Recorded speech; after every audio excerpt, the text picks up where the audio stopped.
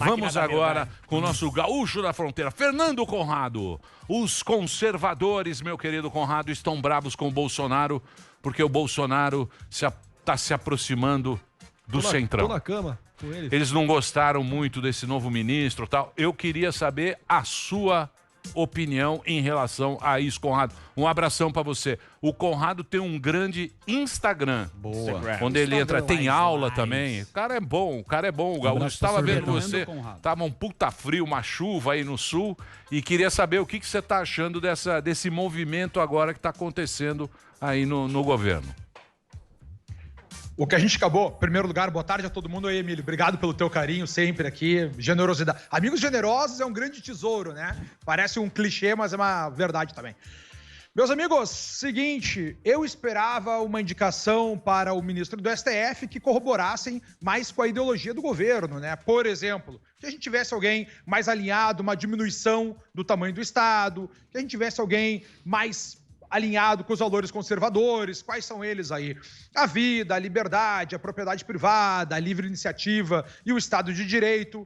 Eu esperava também que a gente tivesse alguém mais alinhado com as pautas muito mais claras. A gente não sabe muito qual é a visão desse indicado aí ao STF. A gente não sabe se ele é a favor ou contra o aborto. A gente não sabe se ele é contra o coletivismo, a favor do coletivismo. Ninguém sabe muito bem da onde veio esse indicado, né, o Cássio. E nesse momento aí, eu acredito que a gente tem que entender os pontos de todos os lados. Eu vejo também que os conservadores, aí, como vocês elencaram antes, Caio Coppola e outras pessoas já desembarcaram do governo. O que interessa, o que a gente vê desde do início dos tempos aí, e eu acredito que a gente tem que ter uma visão muito mais pragmática da vida, é enxergar que a política é exatamente isso que vocês estão vendo. É jogo de interesse de um lado para o outro, o que os americanos convencionaram chamar de log rolling, né? Que é um tentando se equilibrar em cima de um tronco aí no meio de um rio, e os interesses vão trabalhando. Durante o início desse período do governo Bolsonaro, a gente viu eles muito mais, o governo em si, muito mais ativo na defesa das suas pautas, mas também aí nós poderíamos cronometrar e descobrimos que em 1 ano e 6 meses as pessoas entram para o Deep State e acabam servindo a política tradicional e acabam enxergando que para conseguir alcançar os seus pontos, dar murro em ponta de faca às vezes não é o melhor caminho e tentar encontrar uma espécie de combinado, assim, leva a resultados melhores. O Fernando, e o auxílio emergencial do Bolsonaro também é uma outra discussão, que isso aí pode estourar lá na frente. Muito parecido também o que o nosso Lula já fez lá, de ajudar. Qual que você acha que tem aí um problema calculando o risco? Graças à Rede Globo, Bolsonaro comprou os votos de toda a nação já, né? Quer queira, quer não, dando um benefício aí de R$600 por mês, perto de $1.000 ao total aí. Fala sério, ele chega no Nordeste, cada vídeo que a gente vê acontecendo lá, é o Bolsonaro... Hã? Não dá $1.000, dá $100. Não, mas ao total. Perto no total. O total. Quando ele falou lá na ONU, ele fala que estava certo. Não pegou a referência, né? Mas não tem problema. Vamos. Desculpa, cara, tá? É só uma brincadeira. A brincadeira é muito engraçada, achei ótimo. Eu achei... Cara, é que minha carreira de humorista tá começando agora, entendeu? Mas vamos voltar pra falar sério aqui. Vamos lá. Então, o que a gente tem essa grande compra de votos, entre aspas, né, no benefício muito maior.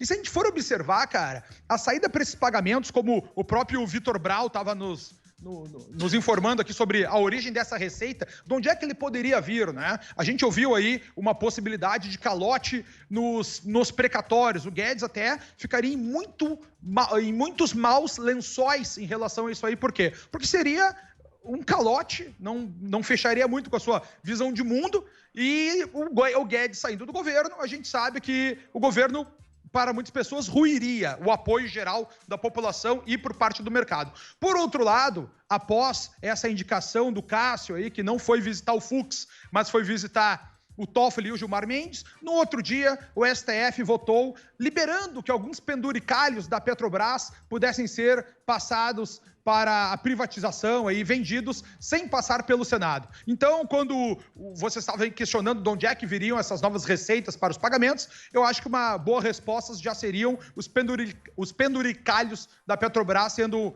passado aí no mercado, e daí viria uma nova receita para manter esses benefícios aí até o final do ano. Muito bem.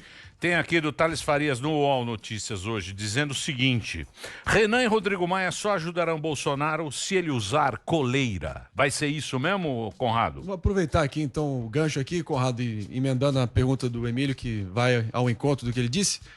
Você acha que agora que o Bolsonaro essencialmente está agachado diante dos caprichos do Centrão, e na sua fala de abertura você até disse que a bigorna da realidade sempre cai na cabeça e sempre se impõe, o pragmatismo tem que prevalecer em nome de uma governabilidade, que as pautas vão de fato adiante, mas, cara, você vê uma reforma administrativa proposta aí tíbia, tímida, assim, que acaba eximindo toda a elite do funcionalismo público e mantendo grande parte dos seus privilégios, uma reforma tributária fatiada. Que governabilidade é essa? Vale a pena ele ter pago todo esse preço para realmente entregar algo de fato? E o que é isso? Pergunta é longa. O que a gente tem que conseguir perceber aqui é que é o seguinte: todo mundo fala mal do Centrão, inclusive era uma das bandeiras do próprio Bolsonaro, mas o Centrão foi o povo que elegeu todos lá, né? Então, o Centrão, que se fala como se fossem alguns diabos, assim, são pessoas escolhidas pelo próprio povo para buscar uma representatividade dentro do nosso Congresso Nacional. Ao meu ver, se as alianças forem para objetivos republicanos, não forem alianças espúrias, com ganhos laterais, desconectados da realidade e da legalidade, eu não vejo problema nenhum em alianças aí do governo com o próprio chamado Centrão. Agora, o que a gente não pode ter aqui são essas brigas de egos que a gente vinha tendo até então, que não estavam levando a lugar nenhum. Como tu bem falaste, eu acredito que essa desidratação das reformas é a pior coisa que o governo poderia ter feito até então, porque ele perde muito apoio dos seus próprios componentes aí que queriam passar mais desburocratização ou passar mais privatizações. Isso aí vai ficar, talvez, para um segundo mandato, se a gente acreditar nisso aí, né, que pode ocorrer conforme o Bolsonaro vem desenhando já os seus próximos passos. Então, eu acredito que essas grandes privatizações, como as privatizações dos Correios ou a própria reforma administrativa, só vai ficar para o próximo mandato dele, que ele não vai correr esse risco aí nesses primeiros anos. Muito bem. Perguntas? Tem, Sami? Não, tenho. Essa questão da insistência do governo no reino da cidadã está muito perigosa, né? Ninguém sabe de onde vem o dinheiro. Falaram já do calote, que era o precatório, falaram também do Fundeb. Agora, essa semana vieram outras fontes. Hoje seria apresentado, mas foi adiado para a semana que vem. A situação, eu acho que tem a preocupação de manter o Guedes, mas tem a preocupação de mantê-lo com algum poder, porque pelo menos na semana passada o que deu a entender é que ele não manda absolutamente nada. Você vê como perigosa essa tentativa de, tá bom, a gente deixa você aqui, Guedes, mas você não manda nada. Pelo menos essa é a percepção em algum momento que passou para o mercado, principalmente na semana passada. O que eu enxergo, Sami, é que a posição do Paulo Guedes é uma posição que fica cada vez mais desconfortável no governo, mas eu não enxergo dessa forma como tu coloca, agora você é só um bibelô aqui no nosso governo e você não tem mais poder nenhum. O que a gente está vendo aí é que estão sendo necessárias medidas, está sendo necessária a tomada de algumas medidas para o desenvolvimento econômico e que o Brasil consiga entrar nos trilhos cada vez mais. E o próximo passo paralelo a isso, que tu falas desse desentroncamento do Paulo Guedes, a gente está vendo já uma calmaria na relação dele com o Congresso Nacional, quando a gente observa a conversa dele com o Rodrigo Maia, por exemplo. Então, eu acredito que o que está acontecendo aqui é exatamente o que eu falava ali do início, do log rolling, as pessoas tentando se equilibrarem sobre os troncos dentro de um grande rio, e é o que está acontecendo, eles têm que ceder de um lado e conseguem paz do outro lado. A política, infelizmente, a gente tem que evitar aí ter esse wishful thinking, né? Esse pensamento desejoso do mundo dos ursinhos carinhosos aí, do pequeno pônei, e a realidade fática, como a gente consegue ver no Brasil, que para as coisas andarem, algumas medidas e algumas concessões têm que ser realizadas, e elas estão sendo realizadas aí. Muitas pessoas estão decepcionadas com o governo por conta disso, e outras estão batendo palma por acreditarem que as melhoras vão caminhar aí nos próximos meses. Ô, Conrado, você acha que isso aí é o quê? É muita ansiedade do povo por uma mudança rápida? Porque, pô, todo mundo sabe que uma democracia demora muito tempo para o processo democrático é muito lento. E foram muitos anos, né? O Brasil era muito cartório, né? É um negócio muito enrolado, o Brasil. E de repente falou: não, vamos mudar e tem que mudar rápido. Entrou o Paulo Guedes e ninguém está calculando a pandemia. O que veio com a pandemia. Como é que vai ser tocado esse barco? Por exemplo, você vê no Reino Unido lá, os caras querem construir casa, estão dando 5%, você já faz o seu mortgage lá com 5% Quer dizer, precisa dar um jeito da economia funcionar. Talvez seja esse o problema do governo brasileiro também. Onde é que vai fazer para a coisa poder andar também? Só que a gente está com aquele pensamento do Paulo Guedes de enxugar, como se não tivesse acontecido nada disso. E as pessoas estão muito ansiosas para ver uma mudança, para ver o barco correr, né? Não sei se é isso, se é muita notícia que sai, briga de Paulo Guedes com isso. Vai jantar. Eu não sei se é isso que a gente fica também ansioso pelo Brasil. Mas, Emílio, tu foste muito preciso dizendo isso aí, porque quando a gente consegue um presidente da República que tem um viés mais conservador, que é o viés ao qual eu me filio, né? A gente tem a cereja do bolo. Só que a gente não tem o bolo. A gente começa a ver que a gente não tem uma grande mídia de direita. A gente tem, graças a Deus, hoje, o programa Pânico aqui e a Jovem Pan que é bem dividido, assim, o pessoal que enxerga para a esquerda, que enxerga para a direita, mas a gente não tem as universidades com professores conservadores, por exemplo. Então a gente não tem um establishment, ele é totalmente puxado para o coletivismo, totalmente puxado para a esquerda. Então a gente conseguiu um presidente que chegou lá, mas o Estado em si, as pessoas que trabalham para o estamento, imagina, eles vêm aí de 20 anos de esquerda passando em concursos públicos, né, tendo seus cargos de trabalho. E eu não estou falando contra ou a favor, tá? Estou falando que as pessoas que trabalham realmente nas instituições, elas vieram de vieses completamente diferentes do atual governo que a gente tem. Então não adianta tu botar o ministro da Economia de um viés conservador, sendo que todos os funcionários do Ministério de carreira vêm com perfil mais vinculado à esquerda aí, na sua imensa maioria, o que a gente tem. Então, quando tu fala isso, eu acredito que o Brasil tem essa grande vontade de mudança. A gente esperava bastante aí do governo Bolsonaro. Tem coisas que não estão acontecendo no ritmo desejado, mas a minha visão é muito clara. Se a gente pensar assim, ok, o Bolsonaro está pisando na bola em algumas coisas, está pisando na bola em algumas coisas. Mas entre ele e o Haddad, com quem eu fico? Entre ele e o Ciro Gomes, com quem eu fico? Entre ele e o Dória, com quem eu fico? Entre ele e o Luciano Huck, com quem eu fico? Não sobram muitas opções para a gente colocar como uma alternativa ali que seja melhor do que a gente tem. Infelizmente, as pessoas, como eu já falei antes, têm esse desejo, têm esse pensamento desejoso, esse pensamento mágico de tentar uma mudança aí do dia para a noite, mas o que a gente sabe é que a grande mudança só ocorre, o próprio conservadorismo é o princípio dele, né? O conservar melhorando a passinhos de bebê. E é assim que funciona a democracia. Se faz uma manobra de um lado, tem um recuo do outro, e assim vão sendo discutidas as intenções para que a maioria da população seja beneficiada. Mas eu acredito, só para voltar um ponto, que esse benefício do Bolsonaro, quando eu falo que comprou os votos do Brasil, não é uma compra de votos, né? O que ele conseguiu foi botar o dinheiro direto lá na capilaridade, direto para o cidadão. Ao passo que se ele caminhasse através de bancos ou de outros sistemas, demoraria muito para chegar até lá e com custo muito maior por conta dos desvios típicos da nossa sociedade brasileira. Por exemplo, tem outro número também que ninguém falou esse número. A caderneta de poupança agora de setembro é a maior de setembro da história da caderneta de poupança. Que é o quê? É o justamente do Então, auxílio. É o dinheirinho. Eu sei, mas é o que a gente está falando. Esse dinheiro está indo direto pro cara. Ele não está sendo atravessado. Intermediação. Ele está no bolso do cara. Não, isso entendeu? Aí gira a economia, gira o Não, mas a mercado. crítica não é de ter dado dinheiro. A crítica é como que você vai continuar pagando e de onde tirar.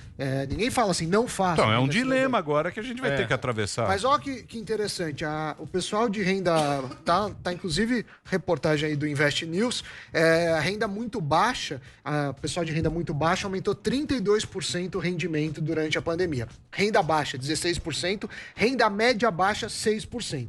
Então todos saíram ganhando, com mais renda na na pandemia. Agora, quem saiu perdendo? Renda média alta, que perdeu 3%, e renda alta está 5%. Então, quer dizer, o programa é ok. Agora, o financiamento, todo político tem vontade de dar mais dinheiro para os mais necessitados. Agora, a questão é como se financiar.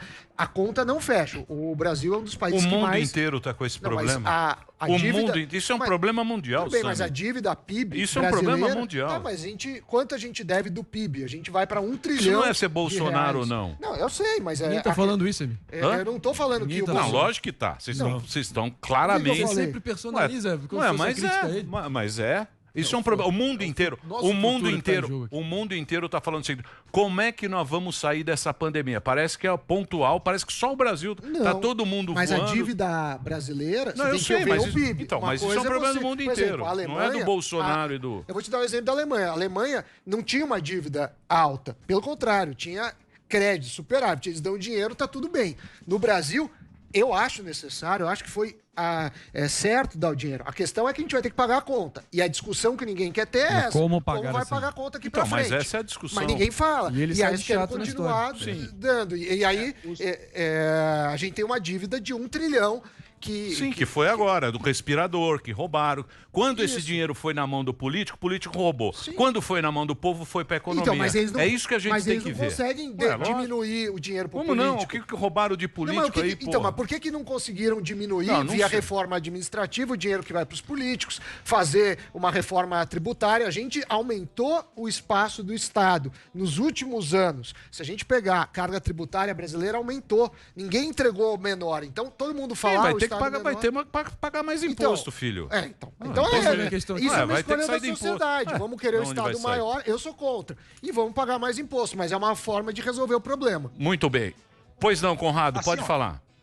Mas 3 pontos acerca de todos esses assuntos aí. O Sami falou muito bem aí no momento que o Brasil é um país pobre, né? Quando a gente começou a pandemia, na primeira semana, o Donald Trump já colocou o PIB do Brasil para os Estados Unidos aí comprarem medicamentos e fazerem as ações necessárias. Imagina, na primeira semana os Estados Unidos botou o PIB do Brasil. Então olha a diferença da discrepância desses pontos que a gente tem. Um outro ponto importante também que a gente tem que observar do que tu falaste aí, Emílio, que foi muito bom. Cara, olha só, a gente teve a pandemia aí começando, vamos botar lá, 8 meses atrás, e a gente já tem políticos que a gente já descobriu que foram corruptos, alguns já estão afastados dos seus cargos, outros já estão presos, a Polícia Federal hoje está fazendo mais investigações, não para com isso. Ou seja, olha que o Brasil já mudou nesses últimos tempos. A corrupção está cada vez menor no Brasil. O povo já está com os olhos mais abertos. Eu digo sempre que o preço da liberdade é eterna vigilância. A gente tem que ficar mais atento a isso. E eu acho que isso é uma coisa muito boa desse novo governo. Se é corrupto ou não, pouco me interessa. O que interessa é que tem menos corrupção que nos governos anteriores. Esse é o ponto principal. Eu não acredito em santos. Eu acho que na política não existem santos. Agora, o que a gente está vendo é que nos últimos anos a gente tem menos roubalheira no governo que a gente tinha em momentos anteriores. E só uma ressalva. Não foi todo mundo que se deu mal nessa pandemia, né, Emílio? A China não. A China está com... esse segundo trimestre dela foi melhor que o segundo trimestre do ano passado. E aí um dado que tu comentava antes, que naquelas notícias que vem nos jornais, lá no fundinho dessas notícias que a gente viu na semana passada, foi que a China já estava aplicando a vacina dela desde julho em centenas de milhares de cidadãos lá, preferencialmente para os grupos de risco e preferencialmente para o pessoal que está nessa batalha campal aí dos médicos. Não é à toa que a China já está com todas as suas cidades abertas, não é à toa que a gente está vendo festas e raves em parques aquáticos, e essa informação direto do governo chinês. E o pior, com autorização da OMS. Em nenhum outro lugar do mundo a gente teve essa informação circulando aí, foi difícil de alcançá-la, a gente não vê a grande mídia batendo nesse ponto aí, que a OMS coadunou, autorizou a China desde junho a vacinar a sua população e já começou esse processo de vacinação desde julho. Por isso que eu não duvido que até o final do ano, como você estava comentando aí no Jantar do Dória, a gente tenha alguma vacina chegando no Brasil aqui, além da vacina de Oxford. É isso Conrado. Aí. Agora eu quero ver quando vai chegar no braço do povo, né? Porque a China não tem essa discussão nossa aqui. Lógico que vai ou não. Lá vacina e acabou. E outra coisa, né? Outra coisa que você tem que pensar. Você inventa a doença e inventa o remédio. Exato, por que não? É um bom negócio. É um bom negócio. que a gente não pensou nisso antes. negócio. Conradão, obrigado pela sua participação. O Conrado, ele tá... O Instagram dele é muito legal. É Fernando Conrado, tem umas aulas lá. Tem umas de graça que você faz de vez em quando, que fica aquela rodinha. Eu não sei o nome. Chama aquilo azul. Stories. No Stories tem uma aula, filosofia, o cara manja, o cara é muito legal. Lives também. Entra lá no Instagram do @Fernando Conrado, nosso gaúcho querido. Tomar um chimarrão. Você precisa ensinar a fazer chimarrão. Fazer uma picanha invertida aí. Quando vocês quiserem, cara. Picanha invertida não é coisa de gaúcho. Não, mas você sabe, o chimarrão, cara. Churrasqueiro, o chimarrão eu não consigo, eu ganhei. Eu acho bem bacana. Só marcar, cara. Semana que vem eu vou aí. Mas ele cai e você não consegue tomar, mas é difícil fazer, né? É uma Puta, técnica. comprei e não consegui. Só o gaúcho que sabe dar a Vou te chuchadinha. ensinar a fazer o chimarrão formigueiro aí quando eu for aí com vocês. Boa. Vamos fazer um chimarrão tradicional aí. Obrigado. Valeu, Fernando Conrado Um aqui abraço, com a senhores. gente. Fiquem com Deus aí. Bom